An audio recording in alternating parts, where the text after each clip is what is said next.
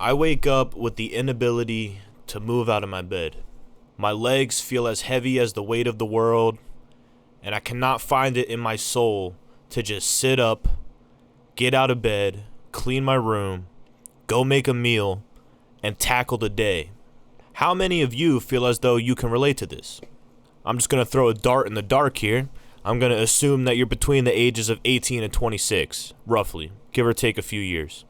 And you watch the videos, you talk to the people, you hear the words, but none of it works. You know, you're told, man, just get up.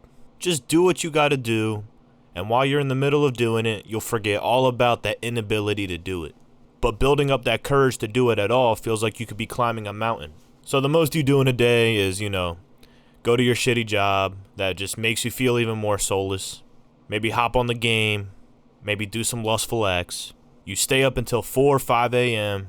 and you go to sleep defeated. Damn, another day, wasted, gone with the wind. What am I gonna do with myself? And I say all this to outline a generational issue. It feels like our generation is so lost, broken, no momentum, and no reason to move forward. It's not like the 70s, where prices were normal. It's not like the 80s, where music was good, or the 90s, when the internet started booming. There's just nothing left for us. The old heads destroyed the economy. Every corner you go, there's impending war, a looming presence over your head that says, the world is coming to an end.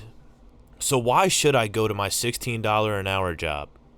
Why should I get out of bed? And I know these are all mind loopholes. We all know this. You psych yourself out, you talk in your head a little too much, and now you're stuck. And there's people who are able to not be stuck. You look at people in your life and they're able to live with it. They're able to blindly do what you cannot do because you see too much. You notice too much. And we are not being given what we rightfully deserve, what was promised to us, the American dream. But get a hobby. Get yourself a car and work on it. Make music. Make YouTube videos. Go for a run. Fix your diet. Also, you can block out that void, so you can just put something over top of it. But for some of us, that's not good enough, and that doesn't fix anything. You want an out. You want out of the system, of the scam. You don't want to play along in this world.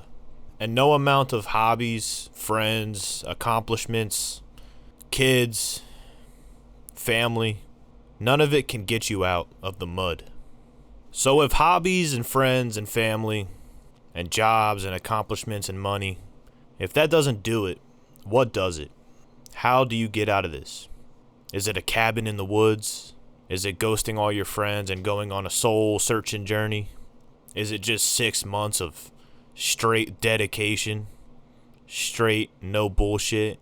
And what does it for me is not weed or alcohol. I've been a pothead for about 7 years. I finally quit. I pretty much sped run alcoholism when I turned 21, and now I'm off of that.